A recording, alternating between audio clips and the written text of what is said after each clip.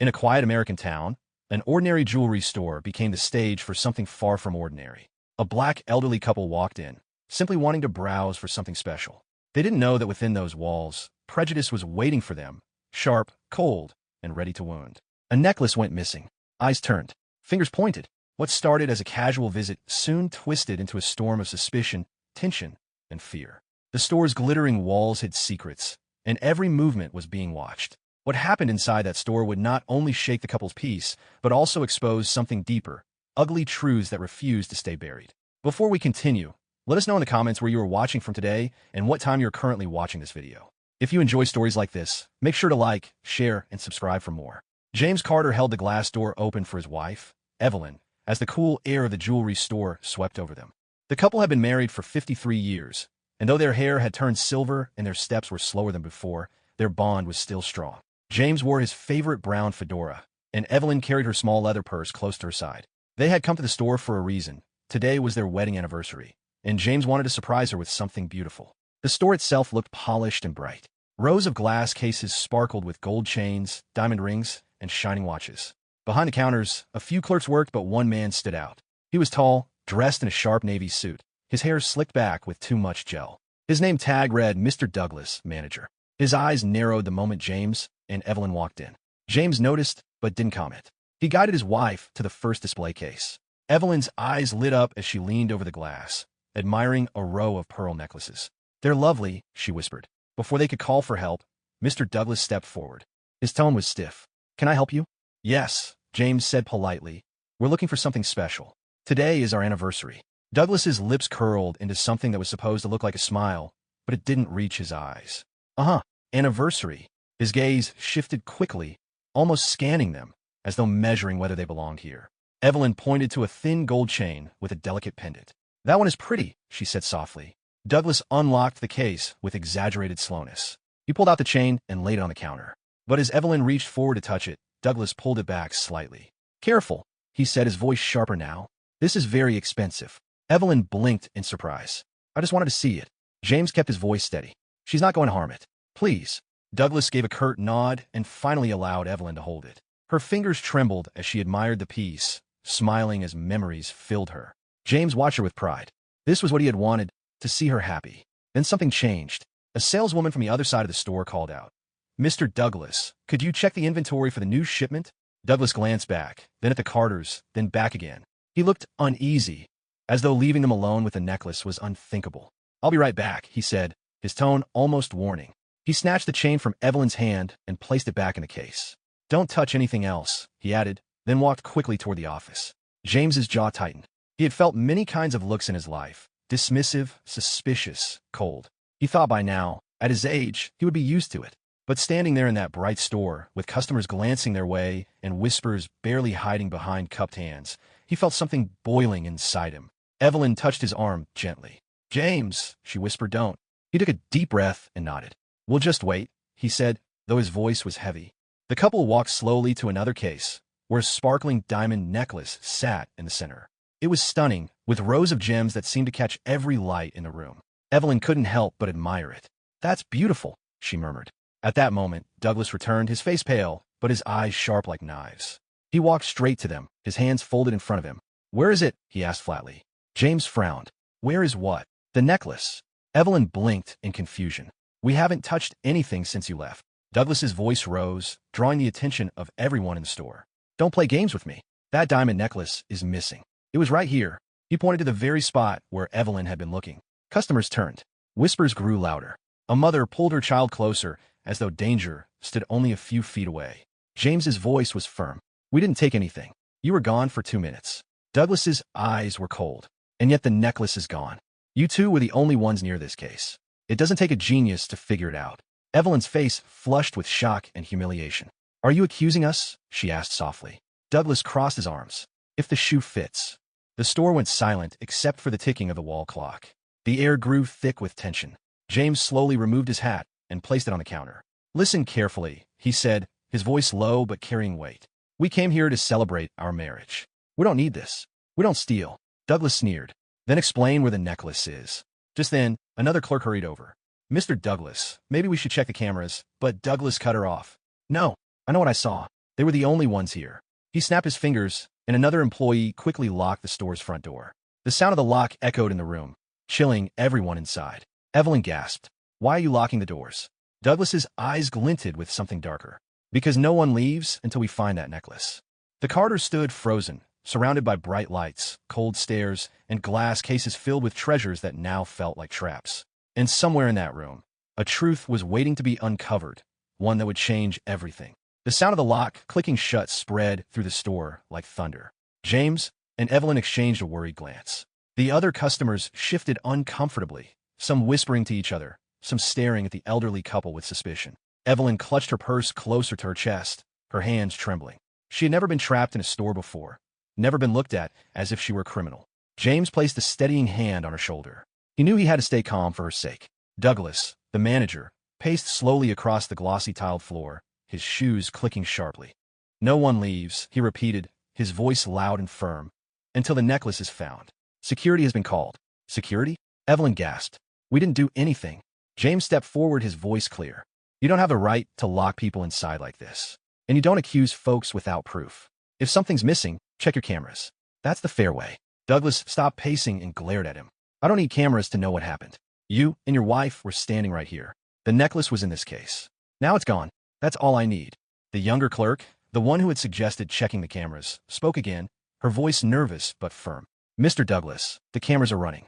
We can pull the footage right now." Douglas shot her a look that made her shrink back. "Stay out of this, Melissa." The tension in the room grew heavier. A man in a leather jacket, standing near the watch counter, shook his head. "Just check the cameras, man. Why drag this out?" But Douglas ignored him. He folded his arms tightly and turned his attention back to James and Evelyn. His words came slow, dripping with accusation. "Empty the lady's purse." Evelyn's eyes widened. "Excuse me? You heard me. If you're so innocent, then you won't mind showing us what's inside your bag." James's chest tightened.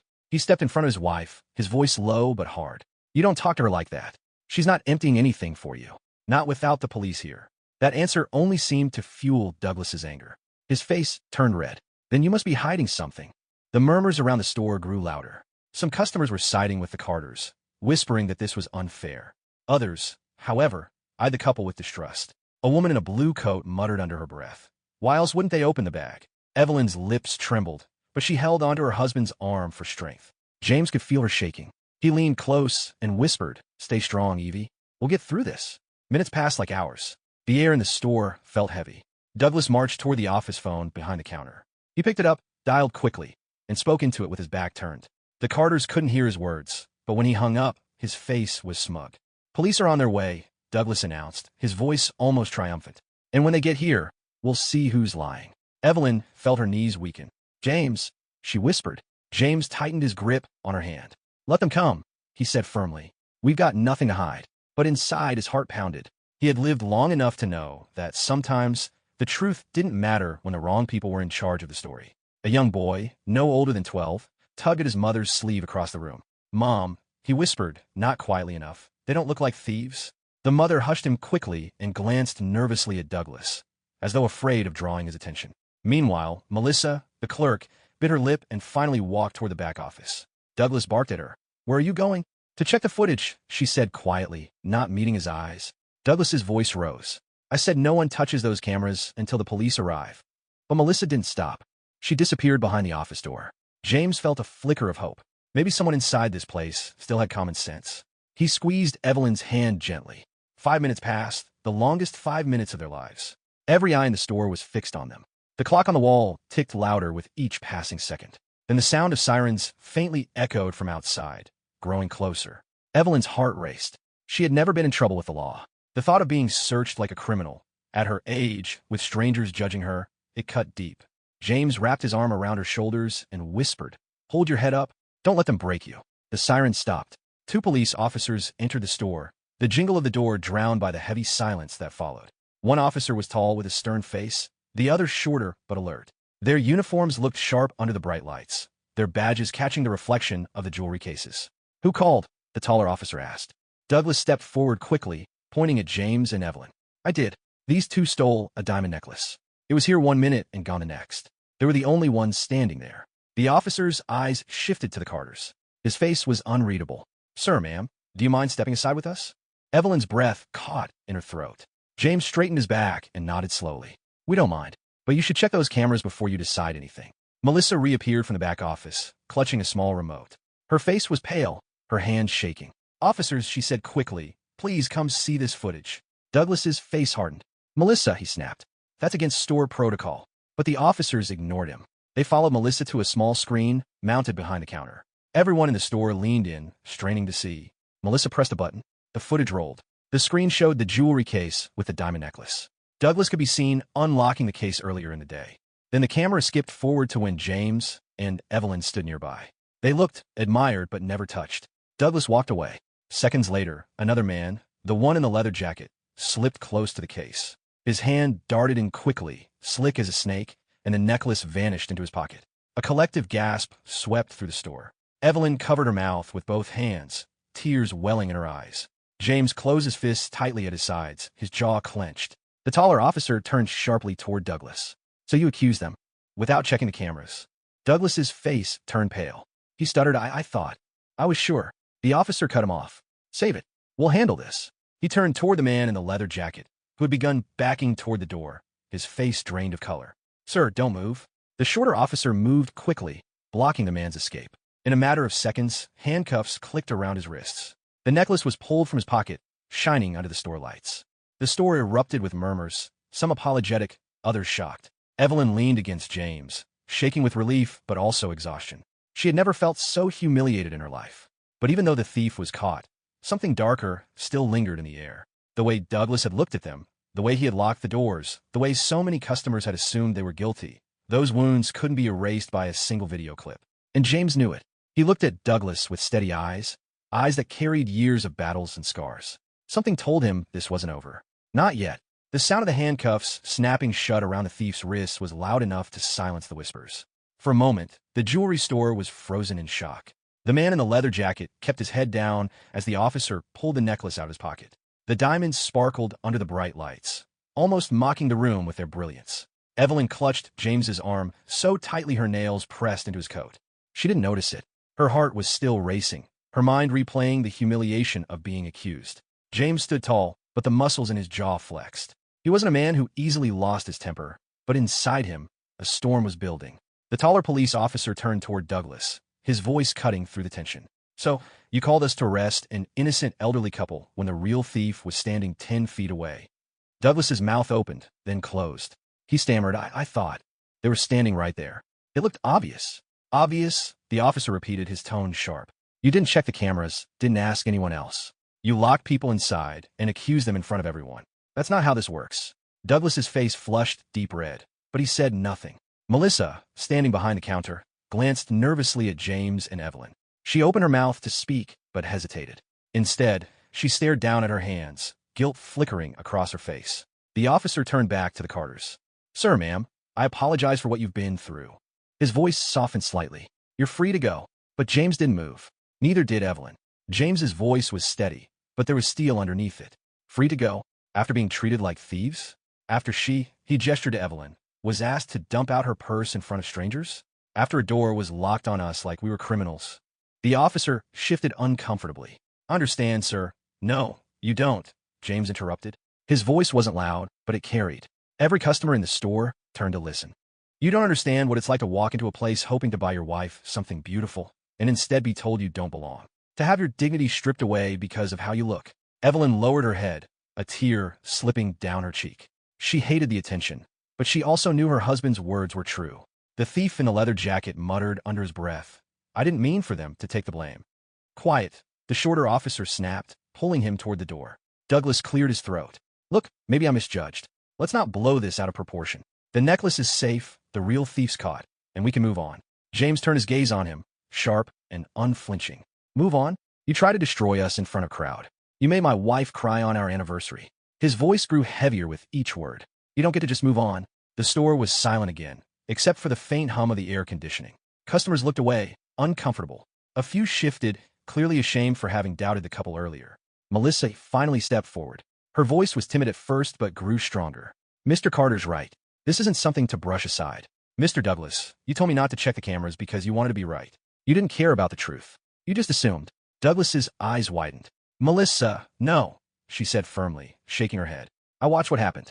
They didn't touch that necklace. But you still locked everyone in. You humiliated them. Douglas's nostrils flared. You're out of line. The taller officer raised a hand. She's not out of line. She's telling the truth. And from what I see, you abused your position. He turned toward the couple again. Sir, ma'am, if you'd like, you can file a complaint against the manager. We'll include this incident in our report. Evelyn wiped her eyes. She wanted nothing more than to leave the store, to escape the stares and the memories of Douglas's harsh words. But James shook his head slowly. Not yet. Evelyn looked at him, surprised. James! His eyes never left Douglas. He needs to answer for what he did, right here, right now. The officer frowned slightly. Sir, we can handle this at the station. But James took a step forward, his voice calm but strong. You see, officer, I've lived through decades of being followed in stores, questioned on sidewalks, pulled over for no reason. Most times, I swallow it and keep walking. But tonight was supposed to be different. Tonight was supposed to be for my wife. And instead, she was made to feel like a thief. That cannot pass without being acknowledged. The room was so quiet that even the thief, handcuffed and scowling, stayed still. Douglas shifted on his feet, beads of sweat forming at his temple. He looked around for support, but the other customers avoided his eyes. Even the staff behind the counter stared at him with disapproval. Finally, Evelyn spoke, her voice trembling but clear. You looked at us and saw criminals. You didn't see two people who've been married for 53 years. You didn't see a couple who's worked hard, paid taxes, raised children, and tried to live with dignity. You only saw what you wanted to see, and that hurts more than anything. Her words cut deeper than James's had. Even the officers glanced at each other, their expressions heavy. Douglas swallowed hard. I made a mistake. A mistake. James repeated, his voice sharp. A mistake is dropping a glass. A mistake is forgetting someone's name. What you did was deliberate. You chose to treat us this way. Douglas opened his mouth, but found no words. The taller officer finally stepped in. All right, enough. Mr. Douglas, this will go in the report. You'll answer for it formally. For now, we're taking the suspect downtown. He gestured to the thief. Let's move. The shorter officer guided the thief toward the door. The taller officer nodded at James and Evelyn. Again, I'm sorry for what happened. You handled yourselves with dignity. James gave a short nod, but said nothing. Evelyn, her shoulders heavy with exhaustion, whispered, Thank you. As the officers left with the thief, the store felt emptier, but the tension still clung to the air. Douglas stood behind the counter, pale and shaken. Melissa looked at James and Evelyn, her voice soft. I'm so sorry. Truly. James placed his hat back on his head and guided Evelyn toward the door. But as he reached for the handle, he paused. He turned his head slightly, looking back at Douglas. His voice was low, almost a warning. This isn't finished. Then he opened the door, and the couple stepped out into the cool night air. The street was quiet, the sky dark above them. But inside the store, eyes still followed them, and whispers still stirred. And James knew, deep down, the battle had only just begun. The night air outside the jewelry store felt cooler than it should have. Evelyn inhaled deeply, as though trying to wash away the suffocating tension of the last hour. Her hands still trembled.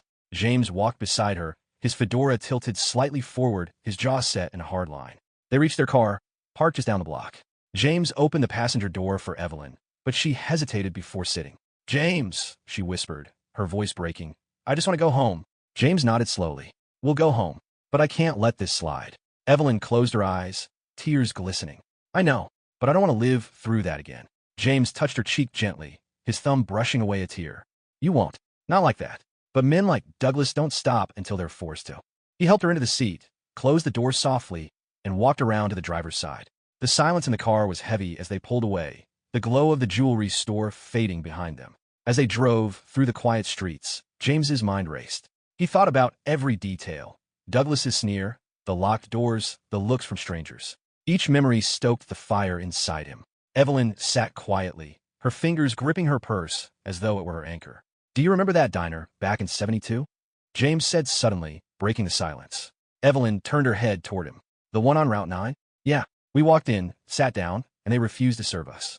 We left, but I swore I'd never just walk away again. He gripped the steering wheel tighter. And here we are, 50 years later, still fighting the same fight. Evelyn's lips pressed into a thin line. She remembered that day well. She remembered James's young anger, how it had nearly boiled over, and how she had begged him to leave before it got worse.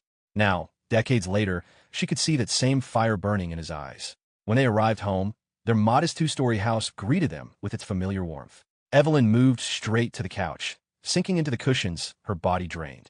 James took off his coat and hung it neatly by the door. For a long moment, neither spoke. The house was silent, except for the ticking clock in the hallway. Then James broke the silence. Tomorrow, we're going back. Evelyn's head snapped up. Back? James, no. Why would you? Because people like Douglas count on us walking away. They count on us being too tired, too broken, too embarrassed to fight back. But if we let him get away with it, he'll do it again. To someone else. Maybe to someone who doesn't have a camera to save them. Evelyn's eyes softened, but her voice was still heavy with fear. And what if it gets worse? What if the police hadn't believed the cameras? What if she stopped, choking on the thought? James knelt in front of her, taking her hands in his. His voice was steady, but his eyes carried decades of struggle. Evie, I'm tired too, but I can't let this go. Not for me. Not for you. Not for anyone else who's ever been looked at the way he looked at us. She searched his face, seeing the determination she had known since the first time she met him. Finally, she nodded, though her hands still trembled. Then I'll stand with you. But promise me, James, promise me you'll keep your temper. I can't lose you. He kissed her forehead softly. I promise. That night, sleep did not come easily. James lay awake, staring at the ceiling, planning what tomorrow would bring. Evelyn lay beside him, her breathing shallow, her mind replaying the humiliation in the store. Morning came with a pale sun and the smell of coffee brewing in the kitchen. James dressed in his best suit, polished his shoes, and adjusted his tie. He looked like a man preparing for battle. Evelyn wore her Sunday dress, simple but elegant, her hair neatly pinned. When they arrived at the jewelry store again, heads turned. Customers whispered, clerks froze. Even Melissa, behind the counter, widened her eyes in surprise. Douglas was at the register, his face stiff. He straightened quickly when he saw them. You again, he said coldly. What do you want now? James stepped forward, his voice calm but carrying. We're here to make sure what happened last night isn't swept under the rug. Douglas sneered. I told you it was a mistake. The thief's been caught. You should be grateful. Grateful, Evelyn said, her voice sharp for the first time. You tried to have us arrested. You humiliated us in front of strangers. You locked us in like criminals. And now you expect gratitude. A small crowd had begun to form inside the store. Customers pretended to browse, but leaned closer, listening. James continued, his words deliberate. We're not leaving until we speak with the store's owner. Or corporate, someone above you. Because this isn't going away. Douglas's face flushed, but his eyes darted nervously to the growing audience. His voice dropped lower, harsher. You don't belong here. You never did. People like you. He stopped, realizing too late that he had said too much. The silence that followed was deafening. Even the air seemed to freeze. Melissa's face turned pale. A customer near the door gasped audibly. James didn't move, didn't blink. His voice was calm, almost quiet, but it carried more power than shouting ever could. Say it again. Douglas swallowed hard, his hands tightening on the counter. But he said nothing. Evelyn's eyes filled with tears, not of sadness this time, but of strength. She stepped forward, her voice clear. We belong here as much as anyone else. More than you, if this is how you treat people. The crowd stirred, murmurs rising. A woman near the back said loudly, she's right. Another nodded in agreement. Melissa finally stepped forward, her voice firm despite her shaking hands. Mr. Douglas, I'm reporting this. To the owner. To corporate. To whoever will listen. This isn't just a mistake. This is discrimination. And it won't be hidden. Douglas's face drained of color. His mouth opened, but no words came. James reached for Evelyn's hand. Come on, he said softly. We've said what needed saying. They turned toward the door, but as they walked out, James glanced back one last time. The crowd was still watching. Melissa was dialing a number on the phone, and Douglas stood frozen behind the counter, the walls closing in on him. Outside, the sunlight felt brighter, almost sharp. Evelyn squeezed James's hand. You think it will matter? She asked quietly. James exhaled slowly. It already does. But deep inside, he knew the fight was only beginning. The next morning, James sat at the kitchen table with the local newspaper spread out in front of him. The bold headline caught his eye. Elderly couple wrongly accused of theft at downtown jewelry store. Evelyn poured him a cup of coffee, her hands steadier than the night before. It's already in the papers? She asked softly. James nodded. Someone must have talked. Maybe one of those customers. Or Melissa. He folded the paper neatly. Good. Let people know the truth. Evelyn sat across from him, her eyes heavy. I don't like attention, James. I never have. But maybe this time. She trailed off, staring at the floor. James reached across the table, taking her hand. This isn't about attention. It's about respect. We've been quiet too long. Later that afternoon, a knock came at their front door. James opened it to find Melissa standing there, clutching a folder. She looked nervous but determined. Mr. Carter. Mrs. Carter. I hope I'm not intruding. Evelyn smiled gently, though her eyes held caution. Come in, dear. Melissa stepped inside, her eyes darting around the cozy living room. She clutched the folder tighter. I couldn't stop thinking about what happened. I filed a report with corporate. I also made copies of the security footage from that night. In case it goes missing. James raised his eyebrows. Missing? Melissa nodded, lowering her voice. Douglas isn't just a bad manager. He has connections. He knows people higher up. I don't trust him not to bury this. She slid the folder onto the coffee table. That's why I brought this to you. So you have proof. Evelyn's eyes widened. Proof. Video stills, Melissa explained, opening the folder. Inside were printed images, screenshots from the footage showing the real thief slipping the necklace into his pocket and Douglas ignoring it. James leaned forward, studying the papers. His voice was steady. You're braver than you think, Melissa. But this puts you in danger too. Melissa shrugged weakly. I'd rather lose my job than live with the guilt of staying silent. What he did to you wasn't right. Evelyn placed a hand over Melissa's. Thank you, dear. That means more than you know. Before Melissa left, James asked her one final question. What happens next? After your report? Melissa hesitated. Corporate will review it. But Douglas has been here a long time. They trust him. I don't know if they'll act unless there's public pressure. James's mind clicked into gear. Public pressure. That night, he sat at his desk, pen in hand, drafting a letter to the local community paper. His words were careful but firm, recounting every detail of what had happened. He wrote not just about the false accusation, but about the deeper issue, how quickly people judged, how easily dignity could be stripped away. By the end of the week, the story spread. The paper printed James's letter alongside Melissa's report. Community leaders began talking. Church pastors mentioned it during Sunday services. Neighborhood groups passed the article around, but not everyone was supportive. One afternoon, as James walked to the corner store, a man leaned against a truck parked on the street. He spat on the ground and muttered, "Should have kept your mouth shut, old man." James stopped, his heart thudding. The man smirked, climbing into the truck. People don't like troublemakers. Then he drove off, leaving dust in his wake. James carried the groceries home, but his mind replayed the words. He didn't tell Evelyn. He didn't want to worry her, but the warning settled heavy in his chest. A few days later, the Carters received a letter in the mail. It wasn't from the store or corporate. It was from a law firm. James unfolded it slowly, reading aloud. Notice of defamation. Demand for retraction. His voice trailed off. His eyes darkened. Douglas is suing us. Evelyn gasped. Suing? But we didn't lie. We told the truth. That doesn't stop him, James said grimly. He thinks he can scare us in his silence. Evelyn sat heavily on the couch, her face pale. James, this is too much. We can't fight a lawsuit. James looked at the letter again, then at her. We're not fighting alone. He picked up the phone and dialed the pastor of their church. Within days, word spread. Neighbors, church members, even strangers began to rally around them. Petitions were signed, donations collected. People offered to help cover legal fees. One evening, as the Carters sat on their porch, a group of college students arrived, holding signs. Justice for the Carters, the signs read. They waved as cars honked in support. Evelyn's eyes welled up. I don't understand. Why are they doing this for us? James smiled faintly. Because we stood up, and when you stand up, others see they can too. But the fight was far from over. Weeks later, the first court hearing was scheduled. James and Evelyn dressed carefully, walking hand in hand into the courthouse. Reporters crowded the steps, cameras flashing, microphones thrust forward. Mr. Carter, Mrs. Carter, do you have a statement? One shouted. James paused, his voice calm but firm. We only came here to buy a necklace. We left accused of being thieves. This case isn't about us alone. It's about dignity. And dignity isn't for sale. Inside the courtroom, Douglas sat at the plaintiff's table, flanked by expensive lawyers in dark suits. He smirked at James and Evelyn as they entered.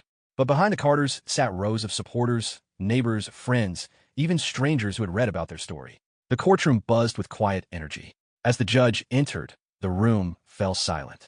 The trial was only beginning, but James could already feel the weight of the battle ahead. He reached for Evelyn's hand, steadying her trembling fingers. She whispered, I'm scared. He whispered back, so am I. But fear doesn't get the last word. The gavel struck. The case began, and the fight for truth, dignity, and justice stepped onto a larger stage, one that would test the Carters like never before. The courtroom felt colder than the fall air outside. The walls were tall, the ceiling high, and the wooden benches filled with people. Evelyn sat close to James, her hand tightly in his. He could feel her pulse racing, though she tried to steady her breathing. At the front, the judge adjusted his glasses and scanned the documents before him. Douglas sat a few feet away at the plaintiff's table, his suit sharper than ever, his lips twisted into a smug line. His lawyers whispered to him, shuffling papers and preparing their arguments. James glanced at them, then leaned slightly toward Evelyn. Money can buy them fancy words, he said quietly, but it can't buy the truth. When the judge banged his gavel, silence swept the room. We're here to hear the case of Douglas versus Carter. The plaintiff alleges defamation of character due to public statements made by the defendants, James and Evelyn Carter. The words hung in the air like heavy weights. Evelyn swallowed hard. Douglas's lead attorney, a tall man with slick-back hair, rose to his feet. Your Honor, my client has been unfairly slandered in both local newspapers and public gatherings. The Carters have painted him as a racist and an abuser of authority, damaging his reputation and career. We intend to prove that their accusations are exaggerated, harmful, and unfounded. James felt Evelyn's grip tighten. He whispered, "Don't worry. We have the truth." When it was their turn, their lawyer, a middle-aged woman named Karen Whitfield, stood. She wasn't flashy like Douglas's attorneys, but her voice was firm and clear. Your Honor, the Carters did not slander anyone. They simply shared what happened to them, an event witnessed by dozens of people, recorded on security cameras, and supported by staff members. We will show evidence that the accusations against them were not only false, but malicious. And we will show that this lawsuit is nothing more than an attempt to silence them. Murmurs rippled through the courtroom. The judge raised his hand. Order. The trial began with witnesses. Melissa was the first called to the stand. She looked nervous as she placed her hand on the Bible and swore to tell the truth. Douglas's lawyer approached her first. Miss, you worked under Mr. Douglas, correct? Yes, Melissa answered softly. And would you agree he has been a fair and responsible manager for years? Melissa hesitated. Not always. The lawyer's smile thinned. But you have no personal grievance against him? No reason to lie? I'm not lying, Melissa said, her voice stronger now. I was there that night. I saw him accuse the Carters. I saw him refuse to check the cameras. He locked the doors and humiliated them in front of everyone. The lawyer frowned. Perhaps you misremembered. Melissa cut him off, her voice sharp. I didn't misremember. I checked the cameras myself. The Carters never touched that necklace. The footage proved it. Douglas ignored the truth because he wanted to believe they were guilty. Gasps echoed around the room. Evelyn's eyes filled with tears of gratitude as she looked at the young woman. James nodded slightly, pride flickering in his chest. Douglas's lawyer quickly ended the questioning, but Karen, the Carters' lawyer, stood and asked Melissa a single question. Why did you come forward? Melissa's answer was simple. Because it was wrong, and because silence helps men like him. Her words hung in the air like a challenge. Next, the officers who had responded that night took the stand. They described the scene, the locked doors, the raised voices, and the discovery of the real thief. They confirmed that Douglas had accused the Carters before checking the footage. Douglas sat stiffly, his jaw tight. Sweat beaded on his forehead. Finally, James was called. He walked slowly to the stand, adjusting his fedora before taking it off and setting it beside him. His voice was calm, but every word carried weight. Mr. Carter, Karen began, tell us why you spoke out publicly after that night. James looked around the courtroom, then at the judge. Because this isn't just about me and my wife. That night, I saw something I've seen my whole life, people ready to believe the worst about us without proof. If we had stayed silent, Douglas would still be doing the same thing tomorrow. Someone else's wife would be crying in that store just like mine was. And I couldn't let that happen. His words stirred murmurs again. The judge banged his gavel. Order. Douglas's lawyer rose quickly, pacing in front of James. Mr. Carter, isn't it true you exaggerated what happened? Isn't it true you called my client a racist in public speeches? James met his gaze steadily. I didn't exaggerate. I didn't have to. The truth was bad enough. And yes, I called him racist because if you look at two people and assume they're criminals without proof, what else would you call it? The lawyer frowned, trying to rattle him. So, will you admit you damaged his reputation? James leaned forward slightly, his voice like steel. No, he damaged it himself. I just told the truth. The courtroom erupted in whispers again. Even the judge paused before regaining order. By the end of the day, the case had taken a sharp turn. Douglas's lawyers looked less confident. Douglas himself fidgeted in his chair, his face pale. When the judge adjourned for the day, James and Evelyn walked out of the courthouse to a crowd gathered outside. Reporters pushed forward, cameras flashing, microphones waving. Supporters held signs high. Stand with the Carters, and justice, not silence. One reporter shouted, Mr. Carter, how do you feel about today's testimony? James stopped, Evelyn by his side. He lifted his chin. I feel like the truth has a way of shining through, no matter how much someone tries to bury it. The crowd cheered, but James didn't smile. His face was serious. He knew the fight wasn't won yet. That night, back home, Evelyn sat quietly at the kitchen table. She traced the rim of her teacup with her finger, lost in thought. James stood by the window, looking out into the dark street. Do you think we'll win? Evelyn asked finally. James turned to her, his expression firm. We have the truth. But winning isn't just about the courtroom. Winning is making sure this never happens to anyone else again. Evelyn nodded slowly. She believed him, but fear still lingered. Outside, the wind rustled the trees, carrying with it the weight of battles still ahead. Because Douglas wasn't done fighting, and neither were they. The courthouse steps the next morning buzzed with tension. Television vans lined the street. Reporters set up cameras, and curious onlookers gathered in clusters. The Carters walked side by side, Evelyn in her simple blue dress and James in his old fedora. Their lawyer, Karen, carried her briefcase firmly, her eyes sharp with determination. Douglas arrived minutes later in a sleek black car. His driver opened the door, and he stepped out in a suit so polished it seemed to shine. He didn't look at the crowd, didn't wave, didn't smile. He simply adjusted his tie and walked stiffly into the building, his lawyers flanking him. Inside, the air felt thick. The trial had already drawn attention, but today, more people filled the benches: students, community leaders, store clerks, even elderly couples who whispered to each other that they wanted to support the Carters. The fight was no longer private. It was public, raw, and urgent. The judge took his seat and banged the gavel. Court is back in session. Let's proceed. Douglas was called to the stand. The room grew still. All eyes followed him as he walked forward, his face pale, but his chin high. He placed his hand on the Bible and swore to tell the truth. Karen leaned slightly toward the Carters. "Watch closely," she whispered. "This is where cracks show." Douglas's own lawyer began the questioning, trying to build sympathy. "Mr. Douglas, how long have you worked at the store?" "Over 25 years, Douglas answered, his voice smooth but strained. "And in those years, how would you describe your service to the community?" "I've always given my best. I've worked late nights, handled difficult customers, trained employees, and protected the store's reputation. I've been nothing but loyal." His lawyer nodded. "So, when you accused the Carters that evening, was it out of malice?" Douglas shook his head. "No, it was a mistake, a misunderstanding. I thought I saw something suspicious, and I reacted quickly. That's all." Whispers floated through the room. Some people frowned, others nodded skeptically. Then Karen stood. Her heels clicked against the wooden floor as she approached the stand. She paused for a moment, then spoke, her voice cutting through the air. "Mr. Douglas, do you remember Melissa, your employee?" Douglas shifted. "Yes. She testified yesterday that you locked the doors and refused to check the cameras, even when asked. Do you deny that?" Douglas cleared his throat. "I don't recall refusing. It was a stressful moment." Karen leaned closer. "You don't recall? Or you didn't?" Douglas's lips thinned. "I didn't. I was trying to keep order." Karen walked slowly in front of the jury. "Let's be clear. You didn't check the cameras until after the police arrived, correct?" Douglas hesitated. "Correct. And when the cameras were checked, what did they show?" He shifted again. "That the necklace had been stolen earlier by another customer." Karen's voice sharpened. "So you accused the Carters publicly, loudly, and wrongly. You locked them inside your store, called the police on them, and humiliated them in front of a crowd. And you're telling this court it was just a misunderstanding." Douglas's face flushed. He looked at the jury, then at his lawyer, then back at Karen. "Yes, that's what I'm saying." Karen didn't smile. She turned and walked back toward her table, her words echoing in the silence. No further questions. The room stirred. People shifted, whispers spread, and the tension thickened. Evelyn squeezed James's hand under the table. James kept his eyes on Douglas, his jaw set like stone. The judge called for recess. As the room emptied, reporters rushed out, scribbling notes and dialing phones. Outside, news outlets broadcast live updates. Douglas admits wrongful accusation. During the break, Karen gathered the Carters in a small side room. "We've weakened him," she said, lowering her voice. "He admitted to the basics, locking you in, calling the police, ignoring the cameras. The jury saw it, but don't think it's over. His lawyers will push harder tomorrow. They'll try to paint you as attention seekers, people who exaggerated to build a story." James folded his arms. "We didn't exaggerate anything." "I know," Karen replied, "but they'll spin it. Be ready." Evelyn leaned forward, her voice trembling but firm.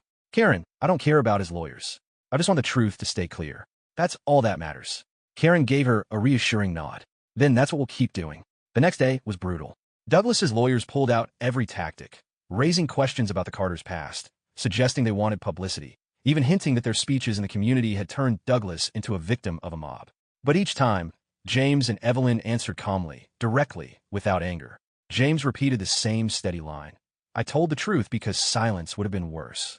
Evelyn spoke softly but firmly, describing the fear she had felt that night. Her trembling voice reached the jury in a way no lawyer's argument could. By afternoon, the tide seemed clear. The Carters had not only defended themselves, they had exposed Douglas's arrogance. Yet Douglas's eyes carried something dark, resentment, maybe, or rage. He didn't like losing. After court, James and Evelyn left through a side door, hoping to avoid the reporters. But as they stepped into the parking lot, Douglas appeared across the way. His lawyers were gone, the crowd was gone, but he stood there, watching them. For a long moment, no one moved. The cool air pressed in. Then Douglas spoke, his voice low but sharp enough to carry. "You think this is over?" His eyes locked on James. "It's not. I've worked my whole life for that store, and I won't let two nobodies tear it down."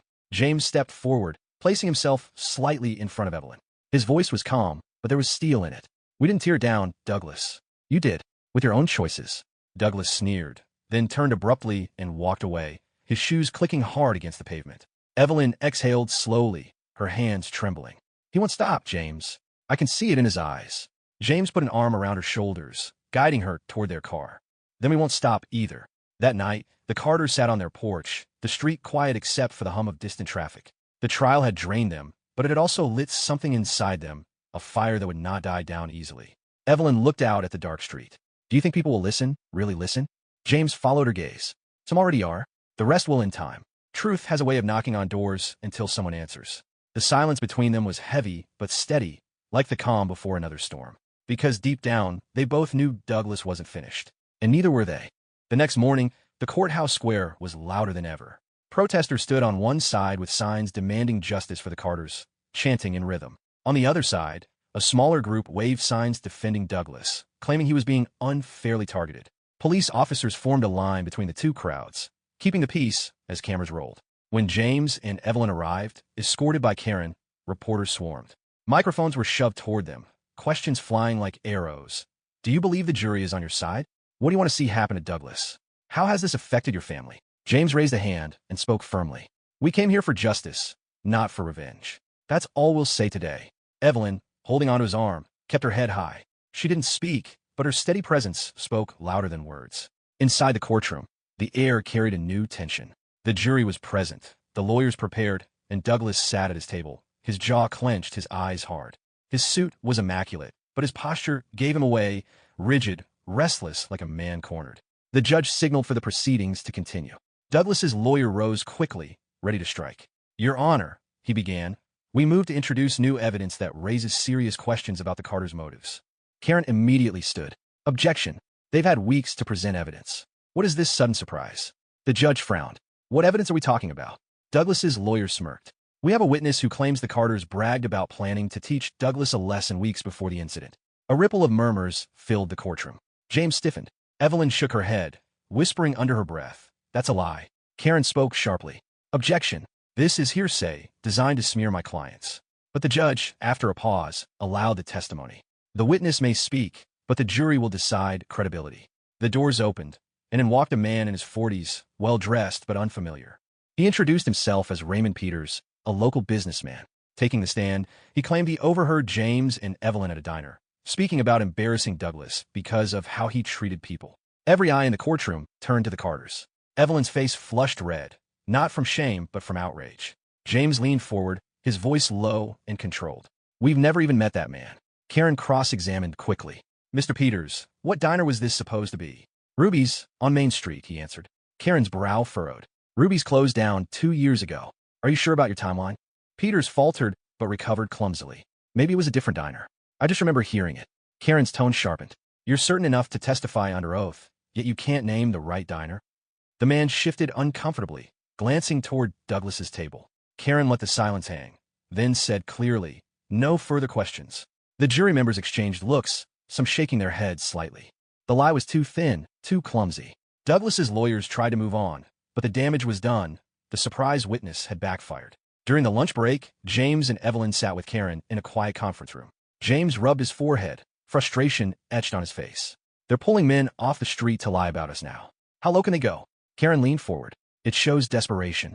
They know the truth isn't on their side, so they're grasping at straws. We hold steady, we don't get rattled. That's how we win." Evelyn sipped from her water bottle, her hand still trembling. "Karen, I'm tired of fighting, but I won't give up. Not now. Not after everything." Karen placed a hand over hers. "Then let's finish this. Tomorrow, we bring in our last witnesses. That's when everything comes together." The afternoon dragged with more legal back and forth, but the real storm waited outside. When court adjourned, the Carters stepped into a sea of flashing cameras. The chant from the two groups had grown louder, angrier. Someone yelled, "Liar," at Douglas. Someone else screamed, "Frauds," at the Carters. As police hurried them toward their car, James caught sight of Douglas across the lot. Douglas wasn't looking at the crowd. He was staring straight at them, his lips moving in a whisper only they could see. "This isn't over." That night, their house felt heavier than usual. Evelyn sat on the couch, clutching her Bible, though she wasn't reading. James paced by the window, glancing at the street every few minutes. "Do you think he'd come here?" Evelyn finally asked. James shook his head slowly. I don't know what he'd do. That's the problem. The clock ticked on. At one point, a car slowed outside, its headlights sweeping across their living room. James froze, his heart hammering, until the car drove off again. Evelyn whispered, "He's trying to scare us." James walked over, resting a hand on her shoulder. "Then we don't let him. We've stood this long. We'll stand tomorrow." The next day, the Carter supporters filled the benches early. Local pastors, teachers, and even former employees of the store came to sit quietly in solidarity. Some nodded at the Carters as they walked in. Evelyn felt a lump rise in her throat. For the first time, she realized they weren't fighting alone. When Karen presented the final witnesses, the atmosphere shifted again. Melissa, the young clerk, returned to testify with more detail. She described how Douglas had often ignored customers of color, how he'd once told her, "Watch them close, they're always the ones to keep an eye on." Gasps filled the courtroom. Then another employee, a middle-aged man who had worked in the stockroom, came forward. He spoke reluctantly, his hands fidgeting, but his words cut through the room. "Douglas told me not to waste time helping certain customers. He said they weren't worth the effort." Douglas's lawyers objected furiously, but the judge allowed it. Piece by piece, the image of Douglas as a loyal, fair manager crumbled. By the time the session ended, the weight of the evidence seemed to hang visibly in the air. The Carters walked out surrounded by supporters, while Douglas stormed out a different door, his face red, his fists clenched. As James and Evelyn settled into their car, Evelyn whispered, "Tomorrow, the jury decides." James gripped the wheel tightly. Tomorrow, everything changes. But as they drove away, neither of them noticed a figure standing at the corner of the parking lot, Douglas, half hidden in the shadows, watching their car disappear into the night. His eyes burned with something far from defeat. The morning of the verdict arrived with a cold, steady rain. The courthouse steps glistened, umbrellas bobbing up and down as people gathered. Reporters huddled under the awning, cameras already pointed toward the entrance. The Carter supporters came in larger numbers than before, holding handmade signs covered in plastic wrap to protect them from rain. On the other side, Douglas's few defenders stood stiffly, wet jackets clinging to them, their voices quieter now. James and Evelyn pulled up slowly in their car, accompanied by Karen. Neither spoke at first. The sound of raindrops against the windshield filled the silence. Evelyn finally exhaled and whispered, "This is it." James nodded, gripping the steering wheel a little longer than necessary. His voice was low, steady. "Whatever happens in there, we walked in with the truth." Inside the courthouse, the atmosphere was hushed but tense. Everyone knew today would bring an end to weeks of testimony, arguments, and whispered rumors. The jury had deliberated late into the previous night. Now, the room filled with the weight of anticipation. Douglas entered from the side door, his suit darker than usual, his hair perfectly combed, but his face betrayed him, tense jaw, eyes darting. He sat at the defense table, folding his hands so tightly that his knuckles turned pale. The judge called the court to order. The jury filed in, each one carrying expressions carefully guarded, unreadable. James and Evelyn sat side by side, their hands clasped beneath the table. Evelyn's fingers trembled, but James covered them with his own, steadying her. "All rise," the bailiff announced. The judge nodded, then turned toward the jury. "Ladies and gentlemen, have you reached a verdict?" The foreman, a woman in her 50s, stood. She held a folded paper in her hands. "We have, Your Honor." The room was silent, except for the faint tapping of rain against the windows. Reporters leaned forward. Karen sat perfectly still, her eyes locked on the foreman. Douglas shifted in his chair, his lips tightening. The judge accepted the paper, unfolded it, and scanned the words. Then he handed it back to the foreman. "Please read your verdict." The foreman cleared her throat. "In a matter of James and Evelyn Carter versus Douglas Miller, on the charge of false accusation, harassment, and racial discrimination, we, the jury, find the defendant." The pause stretched, heavy and suffocating. Evelyn closed her eyes, whispering a silent prayer. James stared straight ahead, unblinking. "Guilty." The word rang through the courtroom like a bell. Gasps erupted. Supporters of the Carters clapped, some crying openly, while Douglas's few defenders muttered angrily. Douglas himself shot up from his chair, his voice booming. "This is a sham, a setup. They twisted everything." The judge banged the gavel. "Order. Sit down, Mr. Miller, or you'll be held in contempt." But Douglas was beyond control. His face turned red, veins bulging in his neck. "You think you can ruin me with lies? I built that store. I made it what it is." Two bailiffs moved quickly to restrain him. The courtroom was chaos, but James and Evelyn sat frozen in their seats, letting the moment wash over them. For the first time in weeks, Evelyn felt the tightness in her chest loosen. James closed his eyes briefly, the corners of his mouth twitching with relief. When order was finally restored, the judge addressed the jury. "Thank you for your service. Justice has been carried out." Douglas was escorted out, still shouting, his voice fading as the heavy doors closed behind him. The sound lingered in the silence he left, a reminder of how deeply his anger ran. Outside, the rain had stopped. The sun broke through gray clouds, casting sharp beams of light on the courthouse steps. Reporters surged forward as James and Evelyn emerged, Karen at their side. Mr. Carter, Mrs. Carter, how do you feel about the verdict? What do you want to say to Douglas? What comes next for you both? James stopped on the steps, lifting his voice just enough for all to hear. We came here to tell the truth. The jury saw it. That's enough for us. Evelyn, standing tall despite her trembling, added softly, this wasn't just about us. It was about anyone who's ever been looked at and judged unfairly. We stood, and we'll keep standing. The crowd erupted in cheers, applause echoing across the courthouse square. Some supporters sang softly, others raised their fists. For the first time, James and Evelyn felt not just vindicated but carried, lifted by the people around them. Later that evening, back at their modest home, the Carters sat together in the quiet living room. The television replayed the trial highlights, showing Douglas being led away, reporters swarming, and supporters celebrating. Evelyn muted the sound, preferring the calm.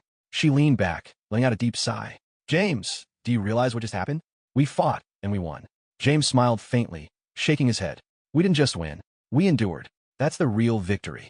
Karen arrived a short while later, still in her suit, but smiling for the first time in weeks. She handed them a folder. The official paperwork. It's over. Evelyn opened it carefully, staring at the bold word, guilty. She ran her fingers across the page, as though to be sure it was real. Karen sat down. You two should be proud. You didn't just clear your names. You set a precedent.